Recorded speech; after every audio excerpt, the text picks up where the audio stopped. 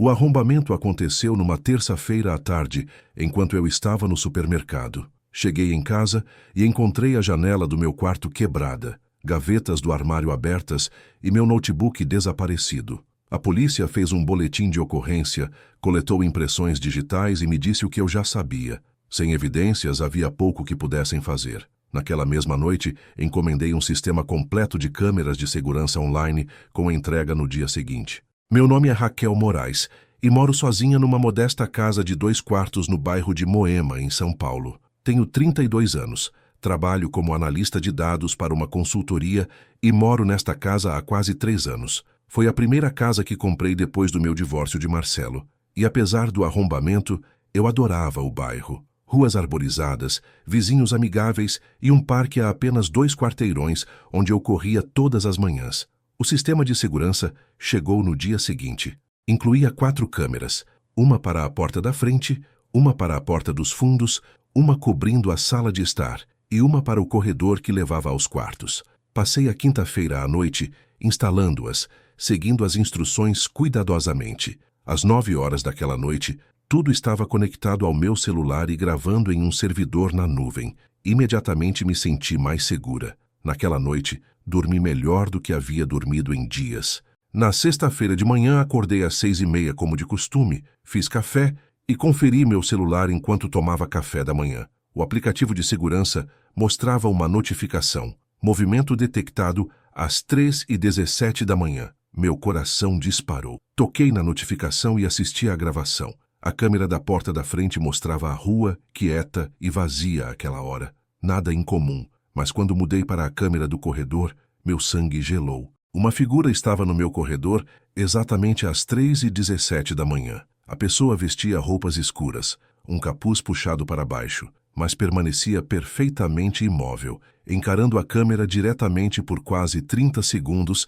antes de caminhar lentamente em direção ao meu quarto. A gravação terminava ali, quando a pessoa saía do enquadramento. Conferi a câmera da janela do quarto, mas ainda não havia instalado uma lá. Minhas mãos tremiam enquanto rolava pelas outras câmeras. Nada. Nenhum sinal de arrombamento, nenhuma janela quebrada. A pessoa simplesmente aparecera no meu corredor. Liguei para a polícia imediatamente. 2 oficiais chegaram em 20 minutos. A oficial Chen, uma mulher na casa dos 40 com olhos cansados, revisou a gravação em seu tablet, enquanto seu parceiro, o oficial Rodrigues, verificava todas as portas e janelas. Está tudo trancado por dentro, disse Rodrigues, voltando para a sala. Nenhum sinal de violação. Alguém poderia ter uma chave? Perguntou Chen. Balancei a cabeça firmemente. Troquei todas as fechaduras quando me mudei há 3 anos. Tenho as únicas cópias. 2 no meu chaveiro, uma na gaveta da mesa do escritório e uma escondida do lado de fora numa caixa de chaves que só eu conheço. Chen assistiu à gravação novamente, sua expressão preocupada. A pessoa sabia onde estava a câmera. Veja como ela encara diretamente. Isso é deliberado. Conseguem identificá-la? Perguntei. Não com esse ângulo e iluminação. Mas vamos registrar um relatório. Recomendo que instale mais câmeras, talvez um sistema de alarme também, e confira aquela caixa de chaves externa. Certifique-se de que sua chave reserva ainda está lá. Depois que os oficiais saíram, fui lá fora e conferi a caixa de chaves escondida atrás de um tijolo solto perto da varanda dos fundos. A chave ainda estava lá dentro, exatamente onde eu havia colocado. Ninguém havia tocado nela. Tirei o dia de folga do trabalho.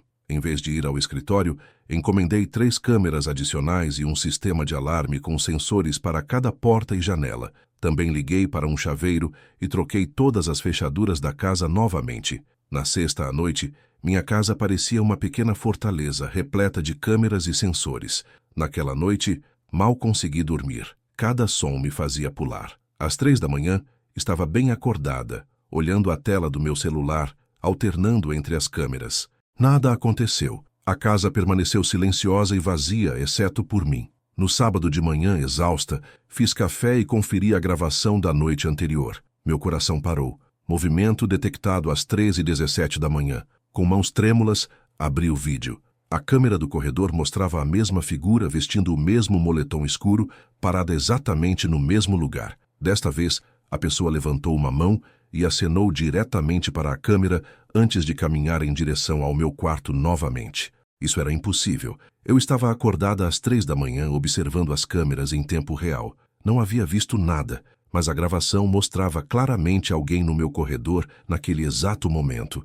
Peguei meu notebook e baixei toda a gravação no meu computador. Depois assisti quadro por quadro. A figura aparecia subitamente entre os quadros, como se materializasse do nada. Um segundo o corredor estava vazio, no segundo seguinte a pessoa estava ali, sem transição, sem entrar no enquadramento. Apenas aparecimento súbito. Tirei capturas de tela e dei zoom no rosto da pessoa, mas o capuz e as sombras obscureciam qualquer característica. No entanto, algo chamou minha atenção. O porte da pessoa, a forma como ela ficava em pé, até o gesto de acenar, tudo parecia estranhamente familiar. Passei a tarde de sábado assistindo e reassistindo a gravação, comparando as duas noites.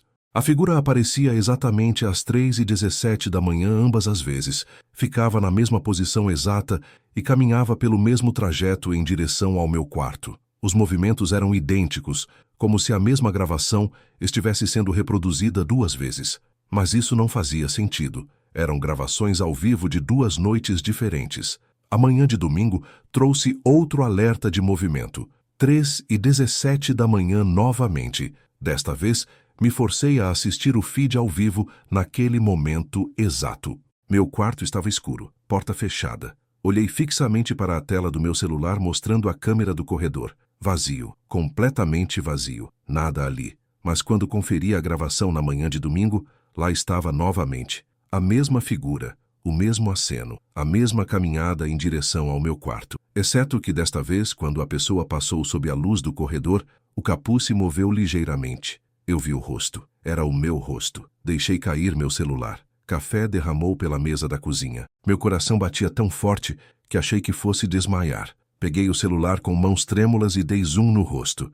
Não havia dúvida. A pessoa no meu corredor, entrando no meu quarto toda noite às 3h17 da manhã, tinha o meu rosto. Meu rosto exato. Peguei as chaves do carro e dirigi direto para o apartamento da minha melhor amiga, Sarah, do outro lado da cidade. Sarah Chen, sem relação com a oficial Chen, era minha amiga desde a faculdade. Ela trabalhava em cibersegurança e era uma das pessoas mais inteligentes que eu conhecia. Se alguém pudesse explicar isso, era ela. Sarah fez chá enquanto eu mostrava a gravação no meu notebook. Ela assistiu em silêncio, sua expressão ficando mais séria a cada repetição. Isso não é uma falha técnica, ela finalmente disse. A pessoa está realmente lá, fisicamente lá. Veja as sombras, a forma como a luz pega nas roupas dela. Isso não é gravação editada nem holograma. Mas, Sarah, aquele é o meu rosto. Como isso é possível? Sarah me olhou com uma expressão que eu nunca havia visto antes. Medo genuíno. Raquel, preciso te perguntar algo, e preciso que pense muito cuidadosamente antes de responder. Você já doou DNA? Teste de ancestralidade? Pesquisa médica? Qualquer coisa assim? Não, nunca. Por quê? Porque existem apenas algumas explicações para alguém ter seu rosto exato, e a maioria delas não é boa. Ela fez uma pausa, escolhendo as palavras cuidadosamente. Raquel, você sabe alguma coisa sobre seu nascimento? Foi adotada? Algum histórico familiar que talvez não conheça? A pergunta me atingiu como água fria. Fui adotada quando tinha 3 dias de vida. Nunca conheci meus pais biológicos. Meus pais adotivos, mamãe e papai, morreram num acidente de carro há 5 anos. Por quê? O rosto de Sarah ficou pálido. Raquel, acho que você pode ter uma gêmea, uma irmã gêmea idêntica. A palavra gêmea ficou suspensa no ar entre nós como fumaça. Olhei fixamente para Sarah, esperando que ela risse, me dissesse que era algum tipo de brincadeira, mas sua expressão permaneceu mortalmente séria. Isso é impossível, finalmente disse. Alguém teria me contado. Meus pais teriam me contado. Sarah balançou a cabeça devagar. Não necessariamente. Adoções de gêmeos às vezes são separadas. Acontecia com mais frequência nos anos 70 e 80. Agências achavam que era melhor para gêmeos crescerem em famílias separadas, para desenvolverem suas próprias identidades. Parece cruel agora, mas era prática comum naquela época. Me senti tonta. A cozinha parecia inclinar. Nasci em 1993. Isso ainda acontecia então? Menos comum, mas sim, ainda acontecia. Raquel, quando você nasceu, qual hospital? 15 de março, 1993. Hospital São José em... Na verdade, não sei. Meus registros de adoção são selados. Meus pais nunca me disseram a cidade. Sara abriu seu notebook e começou a digitar rapidamente. Certo, aqui está o que vamos fazer. Primeiro, solicitamos sua certidão de nascimento original. Em São Paulo, adultos adotados podem solicitar seus registros depois de completarem 21 anos. Você deveria ter acesso. Segundo, analisamos aquela gravação de segurança mais cuidadosamente. Se essa pessoa realmente é sua gêmea, ela está entrando na sua casa há pelo menos 3 noites, talvez por mais tempo, antes de você instalar as câmeras. O pensamento me fez arrepiar. Por que ela faria isso? Por que não simplesmente entrar em contato comigo? Por que invadir minha casa no meio da noite? Não sei, mas pessoas não se comportam assim a menos que tenham um motivo. Geralmente não um bom motivo. Sara abriu um formulário no computador. Podemos enviar esse pedido online. Normalmente leva cerca de 6 semanas, mas tenho um contato no escritório de registros estaduais que pode agilizar. Enquanto isso, precisamos descobrir o que sua irmã, se é isso que ela é, quer. Na semana seguinte, mal saí do apartamento de Sara. Configuramos meu notebook no quarto de hóspedes e monitoramos as câmeras da minha casa remotamente. Todas as noites, exatamente às 3h17 da manhã, a figura aparecia, sempre a mesma rotina. Aparecer no corredor, acenar para a câmera, caminhar em direção ao quarto, desaparecer. Na quarta noite, Sara teve uma ideia. E se instalarmos uma câmera dentro do seu quarto? Uma que ela não saiba que existe? Não quero voltar lá, admiti. E se ela estiver lá durante o dia também? E se ela estiver morando na minha casa? Então precisamos saber disso. Raquel, essa pessoa conhece suas rotinas, tem acesso à sua casa e parece exatamente com você. Isso é perigoso. Precisamos de mais informações. No dia seguinte, terça-feira, dirigimos até minha casa ao meio-dia. Sara trouxe uma pequena câmera sem fio, do tipo que as pessoas usam para babás eletrônicas. Instalamos na estante do meu quarto, escondida atrás de uma fileira de livros apontada para a porta. A câmera conectava ao notebook de Sara, em vez do meu celular. Um sistema separado que a intrusa não saberia que existe. Enquanto Sara configurava a câmera, olhei ao redor do meu quarto com olhos renovados. Nada parecia perturbado. Minha cama estava arrumada. Eu sempre a arrumava antes de sair. Minhas roupas pendiam organizadas no armário. A pilha de livros na minha mesa de cabeceira estava na mesma ordem. Tudo parecia normal. Mas então notei algo. Minha caixa de joias estava na penteadeira e a tampa estava ligeiramente aberta. Eu sempre a fechava completamente. Sempre. Caminhei até lá e a abri totalmente. Estava tudo lá, o colar de pérolas da minha avó, a pulseira de prata que Marcelo me deu no nosso aniversário, vários brincos e anéis, nada faltando. Mas um item estava no lugar errado. Um medalhão de ouro simples que havia pertencido à minha mãe adotiva. Geralmente ficava no compartimento superior esquerdo. Agora estava no centro, em cima de tudo, e estava aberto. Dentro do medalhão havia 2 fotos. À esquerda, uma foto da mamãe. À direita, onde sempre houve uma foto do papai, agora havia uma foto diferente. Uma foto de mim. Exceto que não era eu. A mulher na foto parecia exatamente comigo, mas eu nunca havia tirado essa foto. Ela vestia roupas que eu não possuía, estava num lugar que eu não reconhecia e sorria de um jeito que eu nunca sorria, com a cabeça ligeiramente inclinada para a direita, olhos semicerrados. Sara, chamei, minha voz mal passando de um sussurro. Venha ver isso. Sara examinou a foto cuidadosamente. Depois tirou fotos dela com seu celular. Isso é confirmação. Essa é definitivamente alguém que parece exatamente com você, mas não é você. Raquel, sua gêmea esteve na sua casa, mexendo nos seus pertences pessoais e deixando mensagens. Que tipo de mensagem é essa? Acho que ela está te substituindo, pedaço por pedaço. Primeiro, ela observa suas rotinas invadindo. Depois ela te observa através de câmeras. Você disse que seu notebook foi roubado no arrombamento, certo?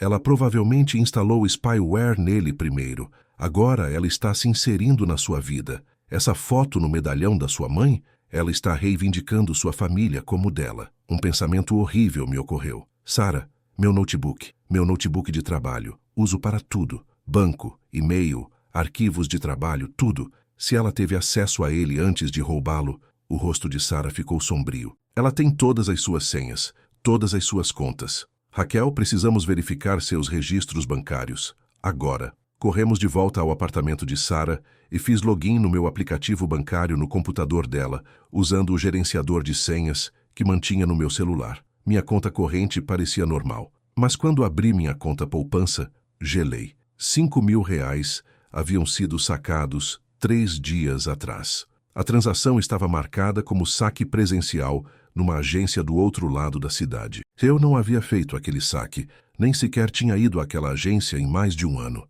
Ela está roubando de você, disse Sara calmamente. Isso é roubo de identidade. Precisamos chamar a polícia. Mas balancei a cabeça. E dizer o quê? Que alguém que parece exatamente comigo está fingindo ser eu? Vão achar que estou confusa? Ou vão achar que saquei o dinheiro e esqueci? Preciso de prova. Prova real. A câmera escondida, disse Sara. Hoje à noite finalmente veremos o que ela faz no seu quarto. Isso será prova. Naquela noite assistimos ao notebook de Sara juntas, esperando. Às 3h16 da manhã, Sara começou a gravar a tela. Às 3h17 exatamente, a câmera do quarto mostrou a porta abrindo devagar. Uma figura entrou. Ela não usava capuz desta vez. Caminhou diretamente para a visão da câmera e ficou ali olhando para a estante. Não para a câmera escondida, mas para a própria estante, como se soubesse exatamente onde procurar. Na iluminação clara do quarto, não havia dúvida. A mulher no meu quarto, parada no meu espaço, vestindo minhas roupas, um suéter que eu havia deixado pendurado na cadeira da minha escrivaninha, era minha gêmea idêntica. Mesmo cabelo castanho escuro, mesmos olhos cor de avelã, mesma cicatriz pequena na sobrancelha esquerda de um acidente de infância que eu mal me lembrava. Cada característica combinava perfeitamente. Ela sorriu e era o meu sorriso. Então ela falou, sua voz clara no áudio da câmera. Olá, Raquel. Sei que está assistindo isso. Sei sobre a câmera escondida. Sei sobre tudo. Você tem perguntas. Eu tenho respostas. Mas precisa vir para casa para consegui-las. Venha para casa amanhã à noite às 8 horas. Venha sozinha. É hora de finalmente nos encontrarmos apropriadamente. Ela saiu do enquadramento. A porta do quarto fechou. Ela se foi. Sara e eu encaramos a tela em silêncio. Você não pode ir, Sara finalmente disse. Isso é uma armadilha. Mas balancei a cabeça. Tenho que ir. Preciso saber quem ela é. Por que está fazendo isso? O que ela quer? Então vou com você. Ela disse sozinha. Não me importo com o que ela disse. Raquel, essa mulher está te perseguindo, roubando de você e invadindo sua casa. Ela é perigosa. Você não vai enfrentá-la sozinha. Passamos a quarta-feira nos preparando. Sara insistiu que notificássemos outra pessoa sobre a situação. Então liguei para minha prima Jéssica na Califórnia e expliquei tudo, fazendo-a prometer ligar para a polícia se não tivesse notícias minhas até às 9 da noite de quarta. Sara trouxe spray de pimenta, um taser e seu celular configurado para discar emergência com um único toque. Na quarta à noite, chegamos na minha casa às 7h45. Todas as luzes estavam apagadas. Entramos pela porta da frente e acendi a luminária da sala. Tudo parecia exatamente como eu havia deixado uma semana atrás.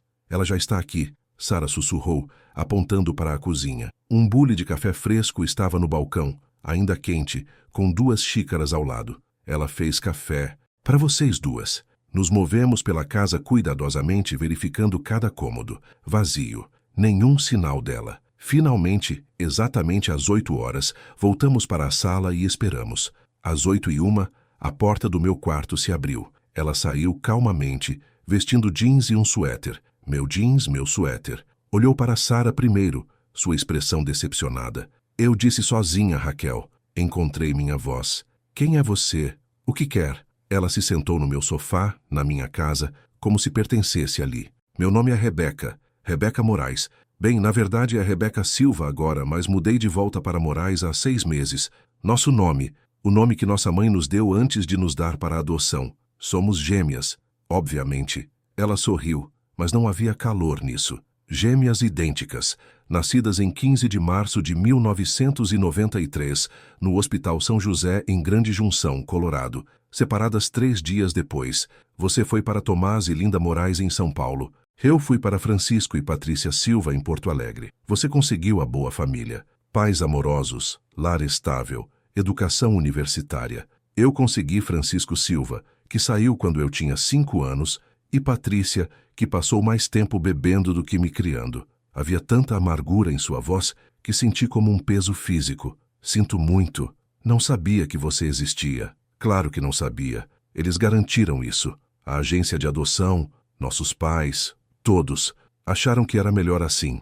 Melhor para crescermos separadas, nunca sabendo que tínhamos uma irmã, nunca sabendo que éramos incompletas. Como me encontrou? Rebeca se recostou, ficando confortável. Teste de DNA. 23 e eu, há 2 anos. Você apareceu como correspondência. 100% de correspondência. Quando vi seu perfil, vi sua foto, era como olhar num espelho. Comecei a pesquisar sobre você. Encontrei seu endereço, seu trabalho, seu ex-marido Marcelo. Desculpe pelo divórcio, aliás. Descobri tudo sobre sua vidinha perfeita. Então começou a me perseguir, disse Sara friamente. Os olhos de Rebeca piscaram para Sara com irritação. Queria entender minha irmã, ver como ela vivia, ver o que perdi. No começo, só observava à distância. Seguia você para o trabalho, para o supermercado, para o parque, mas isso não era suficiente. Precisava estar mais perto. O arrombamento, eu disse. Você invadiu minha casa, roubou meu notebook. Emprestei, Rebeca corrigiu.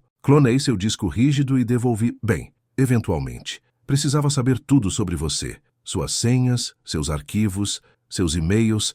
Li suas entradas de diário do colégio que você mantinha em documentos antigos do Word.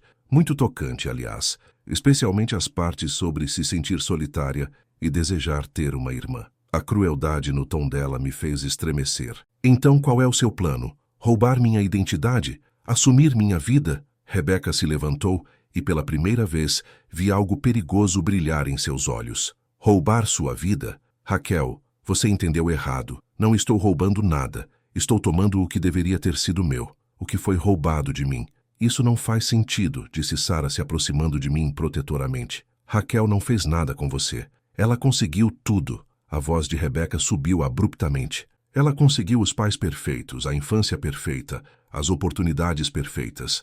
Enquanto eu não consegui nada. Você sabe como é crescer na pobreza com uma mãe alcoólatra? Você sabe como é assistir sua irmã, sua gêmea idêntica, viver a vida que você deveria ter tido? Eu não escolhi isso, disse calmamente. Nenhuma de nós escolheu isso, mas apenas uma de nós sofreu. E agora é hora de equilibrar a balança. Rebeca caminhou até minha porta da frente e a abriu. Um homem entrou, alto, talvez 50 anos, vestindo um terno caro e óculos de armação dourada. Ele carregava uma maleta de couro e nos sorriu com calor praticado, que nunca chegava aos olhos. Raquel, Sara, por favor, permaneçam calmas, ele disse numa voz suave e clínica. Meu nome é Dr. Arthur Brennan, sou psicólogo e venho trabalhando com Rebeca nos últimos 18 meses. Acredito que podemos resolver essa situação pacificamente se todos cooperarem. Sara se aproximou de mim, a mão no celular no bolso. Trabalhando com ela? Quer dizer ajudando-a a perseguir minha amiga? Dr. Brennan colocou sua maleta na minha mesa de centro e se sentou na minha poltrona como se tivesse sido convidado. Entendo que isso pareça alarmante, mas asseguro-lhes que tudo foi feito com propósitos terapêuticos. Rebeca veio até mim há 2 anos sofrendo de depressão severa e problemas de identidade, após descobrir que tinha uma gêmea. Venho ajudando-a a processar essas emoções complicadas. Invadindo minha casa? Demandei. Roubando meu dinheiro? Fingindo ser eu? Essas atividades são parte do processo terapêutico dela, disse Brennan calmamente. Rebeca precisava entender como sua vida poderia ter sido. Ela precisava experimentar seu mundo para alcançar fechamento. Chama-se terapia de imersão, uma técnica que desenvolvi ao longo de muitos anos. Isso não é terapia, disse Sara rispidamente.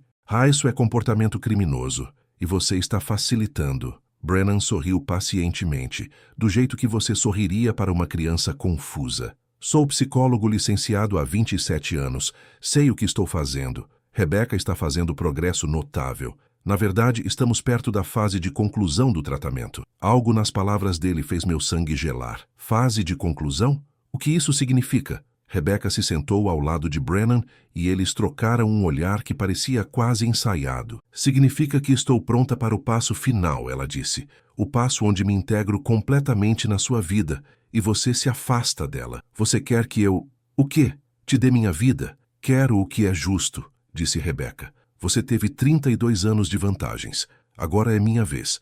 Você vai deixar São Paulo, recomeçar em outro lugar e eu me tornarei Raquel Moraes. Já tenho seu número de CPF, suas contas bancárias, suas credenciais de trabalho. Estive no seu escritório 3 vezes no mês passado, quando você ligou doente. Seus colegas acham que sou você. Até almocei com sua chefe, Patrícia. Mulher legal. Minha mente girou. Você se passou por mim no trabalho? Isso é fraude de identidade. Você vai presa. Dr. Brennan levantou uma mão. Na verdade, não há fraude se você consentir. Se você voluntariamente transferir sua identidade para sua irmã gêmea idêntica, nenhuma lei é violada. É simplesmente um arranjo familiar privado. Você poderia pensar nisso como uma troca de identidade estendida, algo que gêmeas fazem informalmente há gerações. Exceto que eu não consinto, disse firmemente. O sorriso de Brennan diminuiu ligeiramente. Isso seria lamentável. Veja, Rebecca veio a depender desse arranjo emocionalmente. Rejeitá-la agora poderia desencadear uma crise psicológica severa.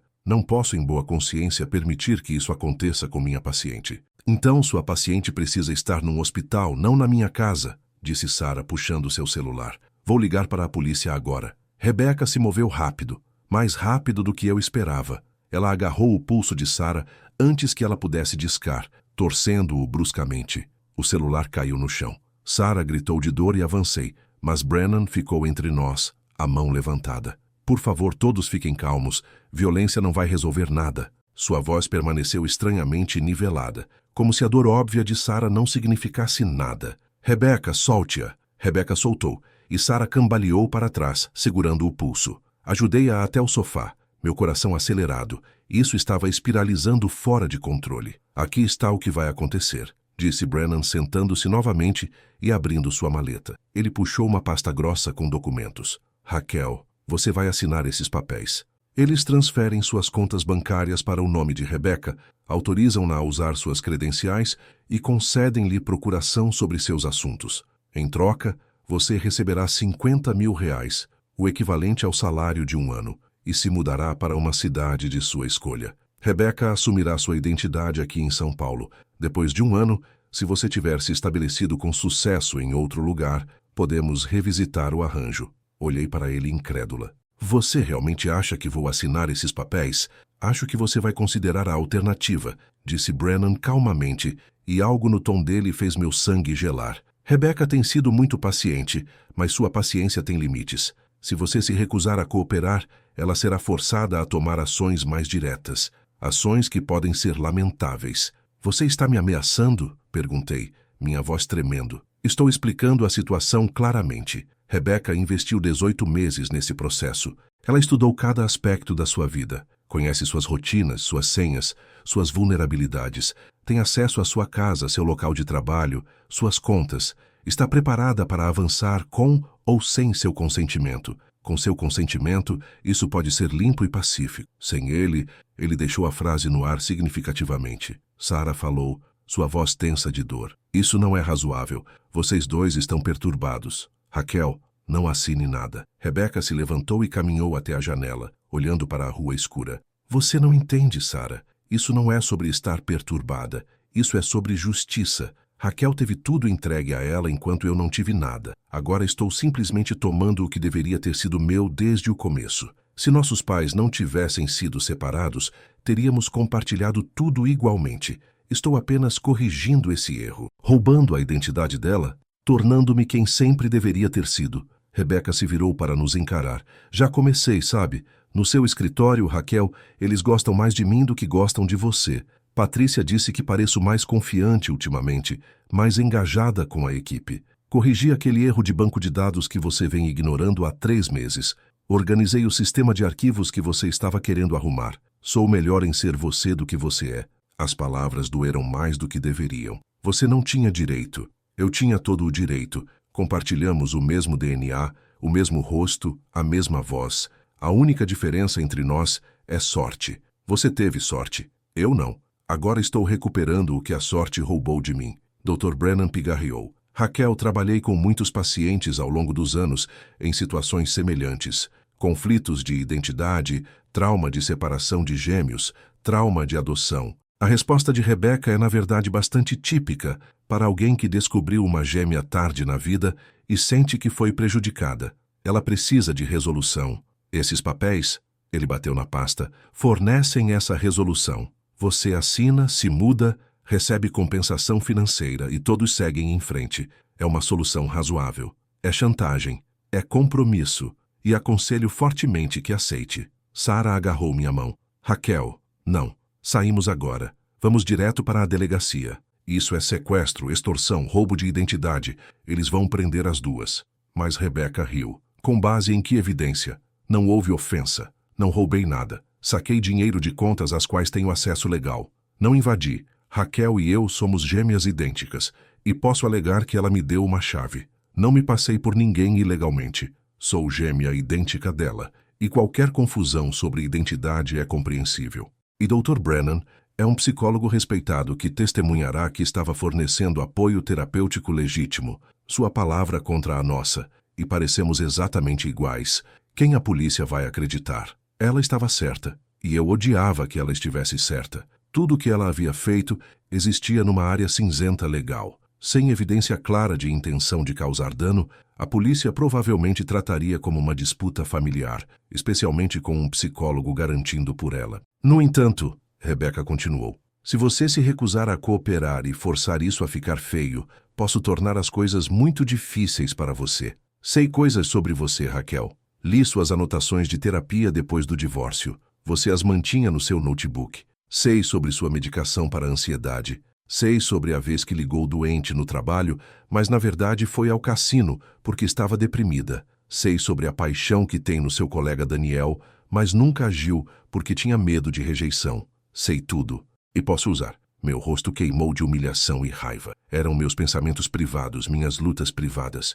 Ela havia violado cada limite, invadido cada canto da minha vida, e agora segurava tudo contra mim. Dr. Brennan verificou seu relógio. Está ficando tarde. Raquel, darei 24 horas para considerar a oferta. Assine os papéis, pegue o dinheiro, recomece em outro lugar. Ou recuse, e Rebecca avançará sem sua cooperação. De qualquer forma, essa situação se resolve nos próximos dias. A escolha é sua. Ele se levantou, coletou sua maleta e caminhou até a porta. Rebecca o seguiu, mas pausou no umbral. Pelo que vale, Raquel, não te odeio. Só quero o que você tem, o que mereci ter. Se você tivesse crescido do jeito que cresci, entenderia. Ela saiu e a porta se fechou atrás deles. Sarah e eu sentamos em silêncio atordoado por vários minutos. Finalmente, Sarah disse, precisamos sair daqui. Faça uma mala. Fique no meu apartamento. Elaboramos um plano, mas balancei a cabeça devagar. Não. Sarah, há algo errado aqui. Algo mais do que apenas uma gêmea amargurada e um terapeuta antiético. Você notou como pareciam ensaiados? Como se tivessem praticado essa conversa? O que está dizendo? Estou dizendo que isso não é só sobre Rebecca querer minha vida. Há algo mais acontecendo aqui. Algo maior. Levantei e caminhei até onde Dr. Brennan havia estado sentado. E acho que a resposta está na maleta dele. Ele levou a maleta com ele. Não, disse, me abaixando e alcançando sob a poltrona. Ele deixou isso. Puxei um pequeno caderno de couro que deve ter caído da maleta dele. Sarah se juntou a mim enquanto eu abria. Dentro havia notas manuscritas em escrita organizada. Sujeito R1, Rebecca. Progresso excelente. Integração completa quase concluída. Deslocamento de identidade bem-sucedido. Sujeito R2, Raquel. Mostra resistência esperada. Prosseguir para a fase 4. Confronto e transferência. Cronograma 72 horas no máximo. Abaixo disso havia listas de outros nomes e números. Sujeito M1 e M2. Gêmeos Miguel. Sujeito K1 e K2, gêmeas Catarina, sujeito J1 e J2, gêmeos João. Pelo menos 12 conjuntos de nomes com números, cada um marcado com notas como transferência completa, fase 3 em progresso ou sujeito eliminado. Sujeito eliminado. Sarah agarrou o caderno das minhas mãos trêmulas e folheou mais páginas. Raquel, isso não é só sobre você e Rebecca. Olha essas datas. Ele vem fazendo isso há anos. Gêmeos diferentes, cidades diferentes. Ele encontra gêmeos separados, convence um a assumir a vida do outro. E, o quê? Ganha dinheiro com isso de alguma forma? Ou pior, sussurrei, apontando para uma entrada. Olhe essa anotação. Sujeito J2. Eliminado após recusa, apólice de seguro transferida para J1. Sarah, acho que ele convence um gêmeo a literalmente eliminar o outro e depois os ajuda a assumir a identidade do gêmeo falecido completamente. Seguro de vida, propriedade, tudo. Precisamos ir à polícia agora. Isso é evidência de múltiplas ofensas, talvez até múltiplos crimes graves. Mas antes que pudesse responder, meu celular vibrou. Uma mensagem de um número desconhecido. Você não deveria ter pegado o caderno. Devolva-o imediatamente, ou Sara se machuca. Você tem 1 hora. Venha para 3847 da Avenida Industrial sozinha. Rebeca está esperando. Sara leu a mensagem por cima do meu ombro, seu rosto pálido. Isso é uma armadilha. Não vamos lá. Estão ameaçando você. Tenho que ir. Então ligamos para a polícia agora. Mostramos o caderno, mostramos a mensagem. Isso é evidência de extorsão e conspiração.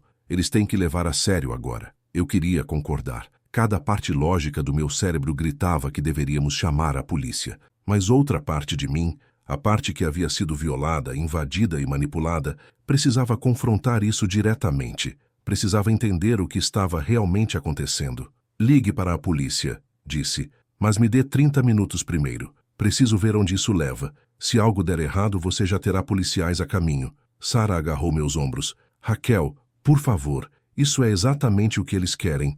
Nos separar, te deixar sozinha, vulnerável. O que quer que esteja naquele endereço é perigoso. Eu sei, mas aqueles outros gêmeos no caderno, se foram eliminados, suas famílias merecem saber a verdade. Se eu conseguir prova, evidência real, podemos impedir Brennan de fazer isso com qualquer outra pessoa. Sara estudou meu rosto por um longo momento. Depois suspirou em derrota. Tudo bem, mas não vou esperar 30 minutos. Vou ligar para a polícia em 15 e estarei rastreando seu telefone o tempo todo. E Raquel, se você se machucar, vou ficar muito chateada com você.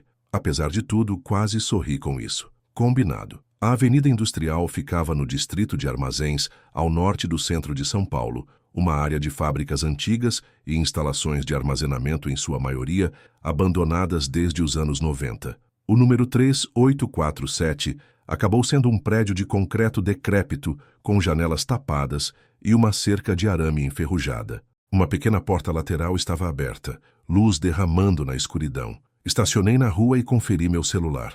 8h47 da noite. Sara ligaria para a polícia às 9. Tinha 13 minutos para entrar, encontrar evidências e sair. Ou, pelo menos, sobreviver até a polícia chegar. O caderno do Dr. Brennan estava pesado no bolso da minha jaqueta. Toquei-o uma vez por coragem. Depois caminhei em direção à porta aberta. O interior parecia um prédio de escritórios antigo, esvaziado e vazio. Canos expostos corriam ao longo do teto, e meus passos ecoavam no piso de concreto.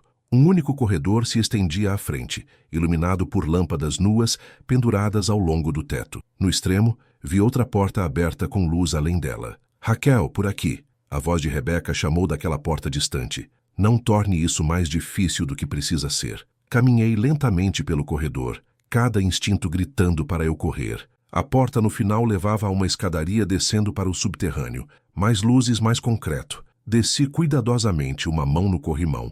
As escadas se abriam num grande espaço de porão que havia sido convertido em algo inesperado. Equipamento médico alinhava as paredes. Monitores, computadores, arquivos. No centro, havia uma cama de hospital com restrições presas às grades. Várias cadeiras cercavam uma grande mesa coberta de documentos e fotografias.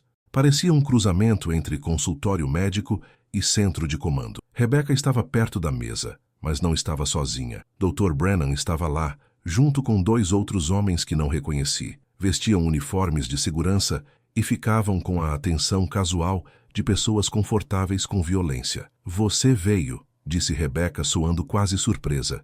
Não achei que realmente viria sozinha. Quero respostas, disse, tentando manter minha voz firme. O que é esse lugar? O que estão fazendo? Dr. Brennan sorriu e gesticulou ao redor da sala. Essa é minha prática, Raquel. Minha prática real. O que faço no meu escritório oficial, as sessões de terapia, o aconselhamento, isso é só disfarce. É aqui que o trabalho real acontece.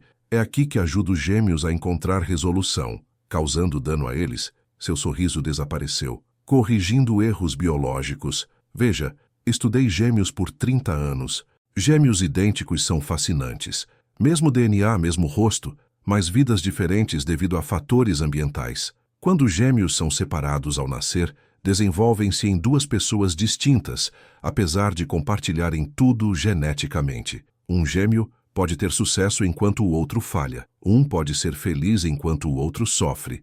Cria um desequilíbrio no universo. Uma injustiça fundamental. Então você elimina um gêmeo e deixa o outro assumir a vida dele, disse, as peças se encaixando. Você encontra gêmeos separados ao nascer, convence o prejudicado de que merece a vida do outro e depois os ajuda a roubá-la. Por quê? O que ganha com isso? Brennan caminhou até o arquivo e puxou uma pasta. Dinheiro, principalmente. Cada transferência bem-sucedida custa ao cliente R$100.000 pagos ao longo de 5 anos. Além disso, recebo uma porcentagem de quaisquer ativos transferidos, seguro de vida, valores de propriedade, contas de investimento.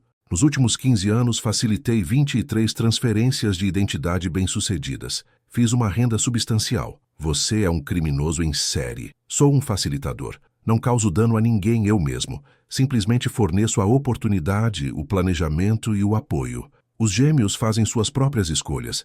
Rebecca, por exemplo, escolheu se integrar na sua vida. Se essa integração é pacífica ou requer medidas mais permanentes, depende de você. Rebecca se aproximou, sua expressão conflituada. Raquel não queria que fosse assim. Queria que você apenas assinasse os papéis e fosse embora. Mas Arthur, Dr. Brennan, ele disse que você recusaria. Disse que você seria teimosa. Então, ele preparou planos de contingência. Planos de contingência. Repeti devagar. Você quer dizer encerrar minha vida. Prefiro chamar de consolidação de identidade facilitada, disse Brennan clinicamente. Em aproximadamente 8 minutos, a polícia receberá uma ligação anônima sobre um distúrbio neste endereço. Quando chegarem, encontrarão você, Raquel Moraes, falecida de uma aparente overdose. Seu histórico de medicação para ansiedade e estresse recente de um arrombamento farão parecer uma decisão trágica. Rebecca ficará devastada, é claro. Ela enlutará sua irmã gêmea, que só recentemente descobriu. E então, em algumas semanas, ela silenciosamente entrará completamente na sua vida. Seu trabalho, sua casa, sua identidade. Ninguém questionará. Gêmeas idênticas são intercambiáveis, afinal. A forma casual como ele descreveu encerrar minha vida fez meu estômago revirar. Você está perturbado. Sou pragmático. Veja, percebi há anos que a sociedade coloca ênfase demais na identidade individual. Por que um gêmeo deveria ter tudo, enquanto o outro não tem nada, simplesmente por causa da loteria de adoção? É fundamentalmente injusto. Forneço justiça, equilíbrio e sim lucro. Mas isso é apenas compensação pela minha expertise. Um dos guardas de segurança se moveu em minha direção, puxando uma seringa do bolso. Recuei em direção às escadas, mas o outro guarda bloqueou aquele caminho. Estava presa. Rebecca, por favor, disse desesperadamente. Você não precisa fazer isso. Somos irmãs. Podemos resolver algo que não envolva me machucar. Vou te ajudar. Podemos compartilhar coisas, descobrir um caminho juntas. Mas encerrar minha vida, isso não vai te fazer feliz. Vai apenas fazer de você alguém que cometeu um ato terrível. Por um momento, vi dúvida piscar no rosto de Rebecca. Mas Brennan colocou a mão no ombro dela, apertando gentilmente. Rebecca, discutimos isso. Sentimento é inimigo da resolução. Você quer a vida de Raquel. A única forma de tê-la completamente é Raquel não existir mais. Essa é a verdade. Isso é o que você concordou há 6 meses, quando começamos a fase 3. Não perca a coragem agora. A expressão de Rebecca endureceu. Você está certo. Sinto muito, Raquel. Mas você teve sua chance. Teve 32 anos de chances. Agora é minha vez. O guarda com a seringa se aproximou. Calculei distâncias, chances de escape. Nenhuma parecia boa, mas não ia me render sem lutar. Então, de algum lugar acima de nós, ouvi sons, passos, múltiplos passos, vozes chamando. A polícia havia chegado cedo. Brennan praguejou. A primeira vez que ouvi ele perder sua compostura clínica. Impossível, temos mais 8 minutos. Sarah ligou para eles há 15 minutos, disse, alívio, inundando através de mim. Menti sobre o cronograma. Eles estão aqui agora. Prédio limpo no nível térreo, uma voz chamou de cima, verificando o porão. Os 2 guardas de segurança olharam para Brennan em busca de direção. Ele agarrou sua maleta e se moveu em direção a uma porta que eu não havia notado no fundo da sala. Eliminem a evidência. Tudo. Agora. Um guarda avançou em mim com a seringa. Desviei, agarrei uma bandeja rolante de equipamento médico e empurrei no caminho dele. Ele tropeçou. O outro guarda foi para os arquivos, puxando uma braçada de pastas. Rebecca apenas ficou congelada, olhando para as escadas onde agora podíamos ouvir botas descendo. Polícia! Alguém aqui embaixo, identifique-se! Aqui! Gritei. Estou aqui! Raquel Moraes! Sou a vítima! Oficiais inundaram o porão. armas em punho. Tudo aconteceu rápido depois disso. Os guardas foram derrubados e contidos. Rebecca levantou as mãos, lágrimas escorrendo pelo rosto. Brennan tentou escapar pela porta dos fundos, mas a encontrou trancada. Descobriria depois que Sarah havia ligado não só para a polícia, mas também dado informações detalhadas sobre o layout do prédio que encontrou online, e oficiais haviam cercado todas as saídas. Dr. Arthur Brennan foi preso junto com Rebecca Silva e ambos os guardas de segurança. A instalação do porão foi apreendida como evidência. O caderno que carregava no bolso, combinado com os arquivos extensos nos arquivos de Brennan, forneceu evidência de múltiplas ofensas, abrangendo 15 anos. Nas semanas seguintes, investigadores descobririam 8 casos confirmados, onde um gêmeo havia morrido sob circunstâncias suspeitas, logo depois que o outro gêmeo herdou ou beneficiou-se de sua propriedade. Brennan vinha executando esse esquema por mais tempo do que qualquer um suspeitava. Rebecca foi acusada como cúmplice em conspiração para cometer dano grave, roubo de identidade, fraude, extorsão e meia dúzia de outras ofensas. Ela eventualmente se declararia culpada em troca de testemunho contra Brennan e receberia 12 anos de prisão. O próprio Brennan enfrentou julgamentos em 3 estados por seu envolvimento em mortes suspeitas de gêmeos. Sua licença de psicologia foi revogada imediatamente. Ele seria finalmente condenado por 2 acusações de envolvimento em mortes de primeiro grau, múltiplas acusações de fraude e conspiração, e sentenciado à prisão perpétua sem liberdade condicional. Na noite das prisões, depois de dar meu depoimento à polícia, sentei na parte de trás de uma ambulância, enquanto um paramédico me verificava em busca de ferimentos. Sarah estava ao meu lado, o braço ao redor dos meus ombros. "Você é incrivelmente imprudente", ela disse, mas sua voz era gentil. "Poderia ter se machucado seriamente. Eu sei. Mas não podia deixá-lo escapar impune. Todos aqueles outros gêmeos, Sarah, suas famílias mereciam respostas." "Ainda imprudente. Concordo." Sentamos em silêncio por um momento, observando oficiais entrarem e saírem do prédio, carregando caixas de evidência. Então Sarah fez a pergunta que eu temia. "Como você se sente?" "Sobre Rebecca, quero dizer. Ela é sua irmã gêmea." Pensei sobre isso. Sobre a irmã que nunca soube que tinha. Sobre como compartilhávamos DNA e rostos, mas nada mais. Sobre como ela escolheu tentar roubar minha vida, em vez de construir uma própria. "Me sinto triste", finalmente disse. Triste porque nunca tivemos a chance de realmente ser irmãs. Triste porque ela estava tão machucada e com raiva que deixou Brennan manipulá-la para se tornar uma criminosa. Triste que a adoção nos separou em primeiro lugar. Mas também estou com raiva. Ela fez escolhas. Más escolhas. Ela tem que conviver com essas consequências. Você pode ter que testemunhar no julgamento dela. Vou. Ela precisa enfrentar o que fez. E talvez, eventualmente, depois que ela cumprir sua pena, talvez possamos conversar. Realmente conversar. Tentar construir algo. Mas isso são anos no futuro. Agora só quero ir para casa, trocar todas as minhas fechaduras novamente e dormir por cerca de uma semana. Sarah riu. "Sua casa ainda é cena de investigação. Você vai ficar no meu apartamento." "Tudo bem. Então quero ir para o seu apartamento e dormir por uma semana." "Combinado." 3 meses depois, fiquei num tribunal e assisti Rebecca ser sentenciada a 12 anos numa prisão estadual.